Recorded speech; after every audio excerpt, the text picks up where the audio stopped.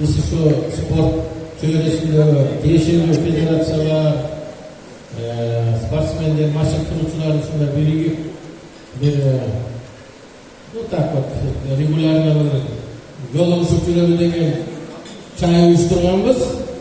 Мына чайды күрес федерациясы тура тағып алышып тұр.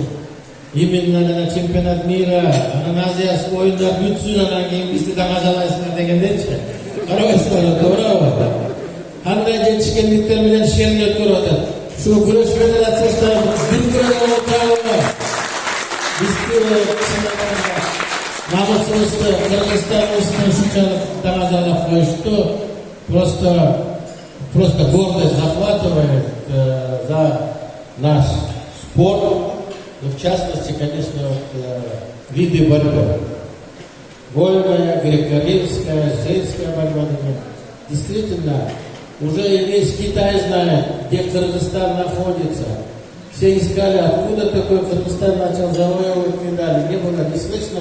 И вдруг на тебе, да? Вот. Ошон үчүн бизге акыркы жылдары күрөшчүлөр аябай жакшы. Мага бизге тапшырып атышат, алып келип атышат биз Кыргызстандын элине, журтуна, көрөрмандарга. Эми кишермени Париж Олимпиададан кейін сразу күреш федерациясына береді. Андай дейсің. Мақұл сұрағыма августта күреш федерациясы өткізеді бұйырса. Эми уже ошондо да алтын менен эми башкалардан деле каалайбыз биз. Башка вид спорттардан деле. Но бирок олимпийская надежда на золото именно Федерация борьбы заложена. Туравы. Башканда чоң шерде отур. Күрөшчүлөр даярдайбыздар. Өзүбүз кошулуп сени шердеге өткөрүп беребиз. Туравы.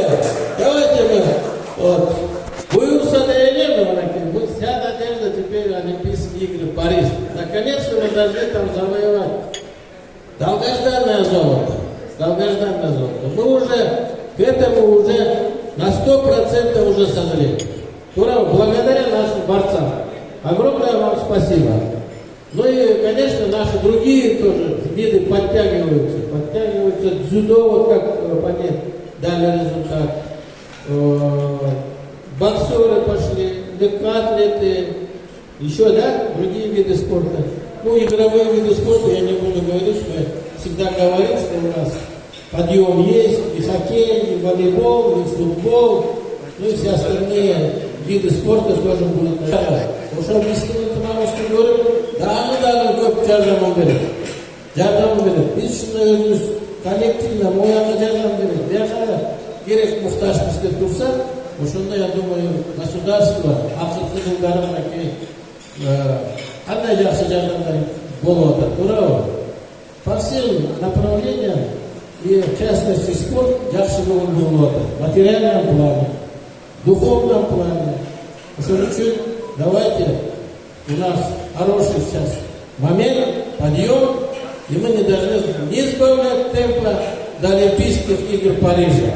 После Парижа встречаемся на огромном банкете в честь нашего золотых медалистов Олимпийских игр.